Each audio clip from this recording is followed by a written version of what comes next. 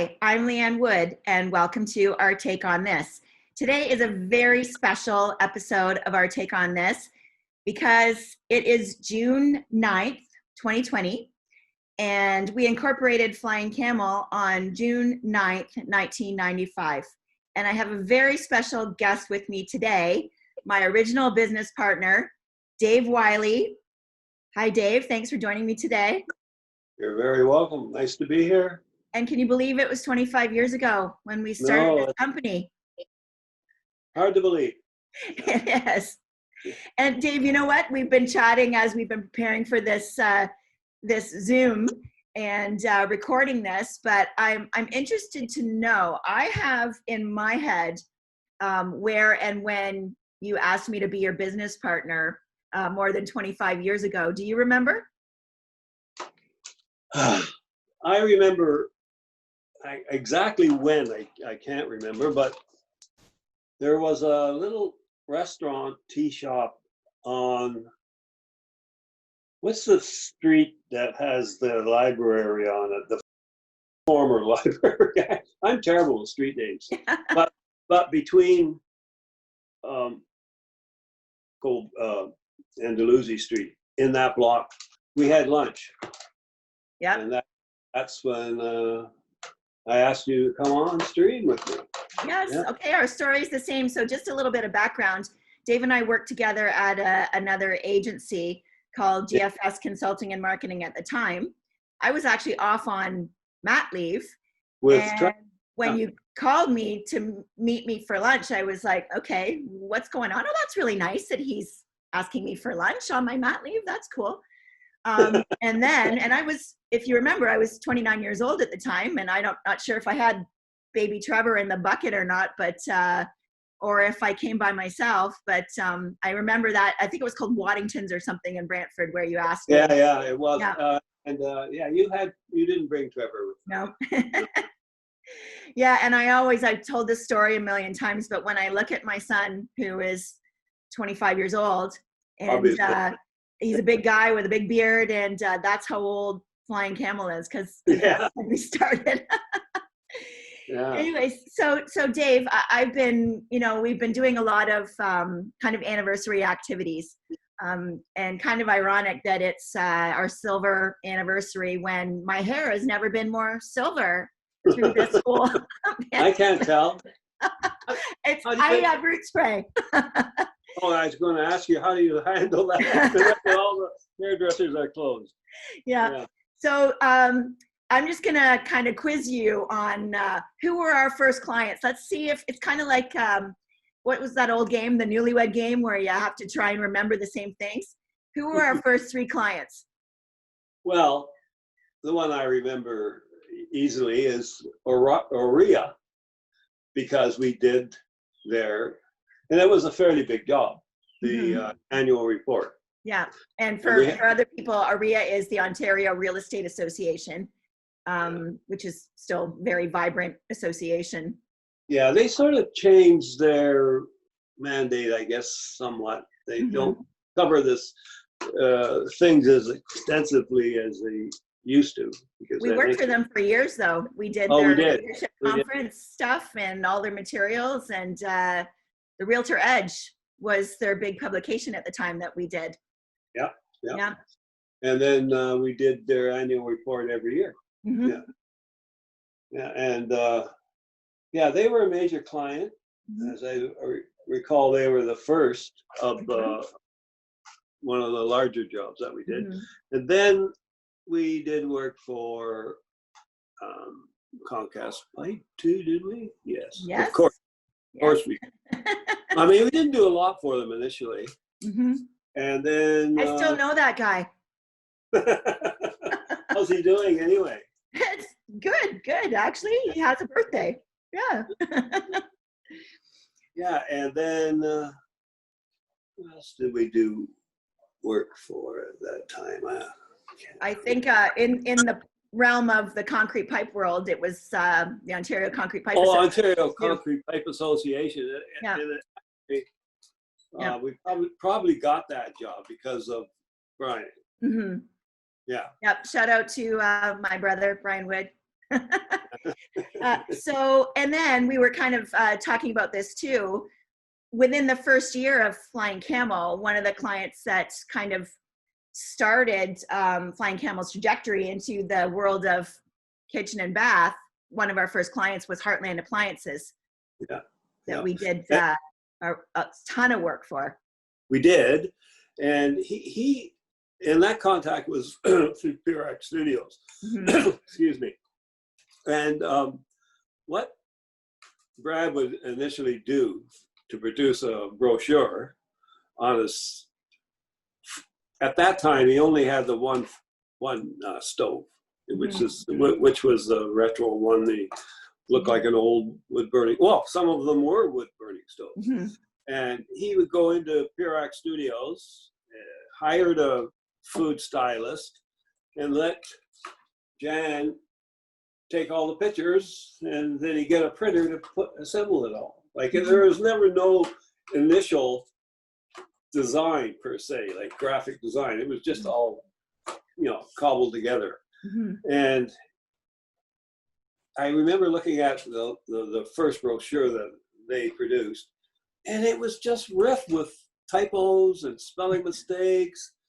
And I pointed it out to him, and he didn't seem nonplussed by it. I figured he probably figured, well, that's all part of the printing industry. You have to put up with that stuff. Enter Flying Camel. Yeah. And then we had our first major project that we had to do is when he extended his line to include the Metro line, which you have a stove of, and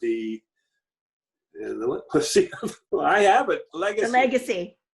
And I still have that stove. Yeah. And so just a bit of background on that for anyone who's listening. So Heartland Appliances was the first appliance client that we had, and that led to, and I think we were their agency for 10 plus years before they were bought out by AGA. And that led to Liebherr Refrigeration. And that's when we started, or when I started too, doing a lot more PR versus the pure kind of advertising and design. And that really started Flying Camel on its path into its niche. So we do have to credit Brad Michael for that from Heartland Appliances. And and I went to KBIS for the first time to represent Heartland from a PR perspective. And now we are part of the agency team for KBIS, and we have been. KBIS was that the first exhibit that we did in Chicago? Yeah, at McCormick Place. Yeah. So that was my first time at KBIS, and I was trying to remember the year, and I couldn't actually. Did you go? I'm guessing.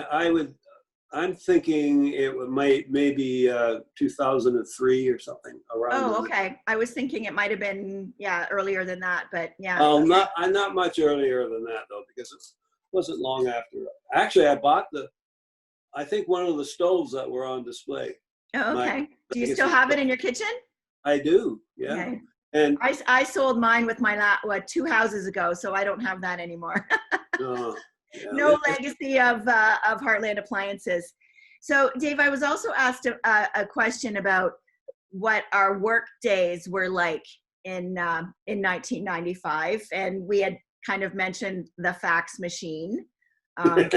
I know we did a lot of driving back and forth to printers. I know I did a lot of driving back and forth to Toronto with proofs and designs and art boards. Do you remember that? Yeah, of course. And oddly enough, well, it's not odd, but you were driving to Oria quite often. Mm-hmm. And Oria couldn't be any further away than from Waterloo, and still be in Toronto. It was on the other side of the Don Valley, I believe. Yeah, it was. I put a lot of mileage on, and for my younger staff, there was no such thing as a PDF in those days. You literally had to, if you didn't fax it, you literally had to get in the car and take printers, proofs, and layouts and everything. It was a very different world. Oh yeah, and it was the world before digital photography too. Yes. And and we had to get transparencies. We had to have them separated for print. Yeah. It was all fairly labor-intensive stuff compared to, what digital photography has done for the industry. And, Jan Pizarczyk was our former partner. After, I think, less than 2 years, we bought him out because we had moved back to Brantford. Yeah, exactly. But the amount of photo shoots, to your point, the amount of photo shoots that we did in those days for like products and just everything. There was no such thing as stock photography either. We did everything from scratch. So well, there was, but we never used it much, mostly because we had to shoot the client's product, and you can't get that in stock photography. But I remember at the time when we were still in association with Jan, maybe it was after, but he decided to go to digital photography, and he had Hasselblad cameras, and he decided to buy digital backs for 2 of them. Cost $90,000. Well, I remember this is before we started flying Camel. When we worked at GFS, we bought a laptop computer, and I remember doing cold calls and saying I was going to do a digital presentation, and that's the only reason I got appointments, sales appointments, because people wanted to see what this even looked like. And I think it was about $25,000 that our former boss paid for this, so I could do a digital presentation. So that was pretty leading edge. The one thing, Dave, though, different from when we were doing business together is clients expect things like that just because of all the technology. We used to have a little bit of time on projects, and I don't even remember what that was like.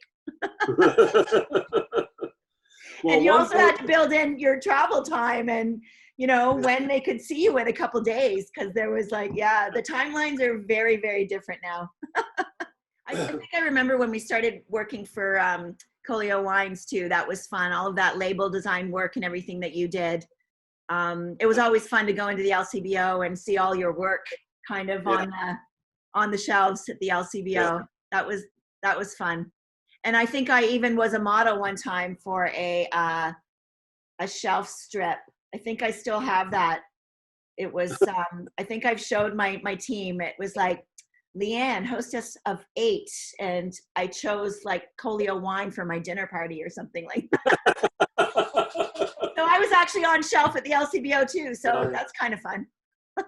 Yeah. Our model budgets weren't very good in those days. I seem to do a lot of modeling.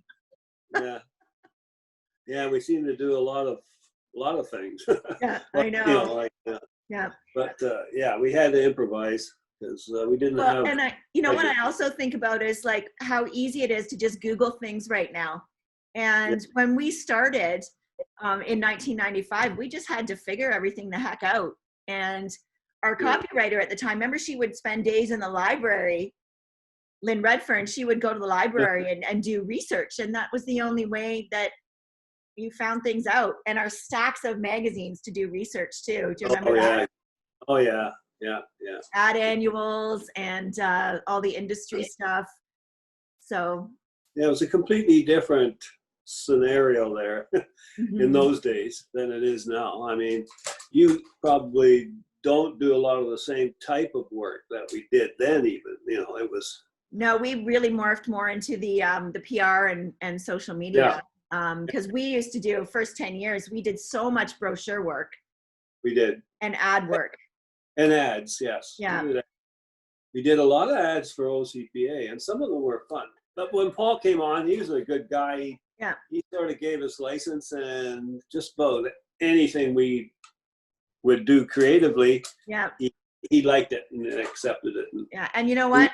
There's still great clients out there. We have a couple of those now too. And it's you know what? That's awesome. That's what keeps me going every day. Yeah. Well, it is. You got clients and you have scenarios and that you find interesting. Yeah. And you can do something creative with them.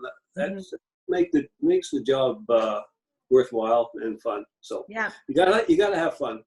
And I know with the niche that we started, that you and I started kind of in the kitchen and bath industry, that's something that the agency has specialized in and grown into more home products and anything in the home. And then original work and attending KBIS and then becoming the agency for KBIS. And we work with the National Kitchen and Bath Association as well.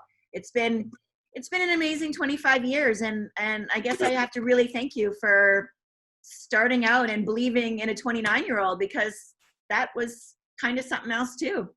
Well, I don't know. You weren't that young. That's young.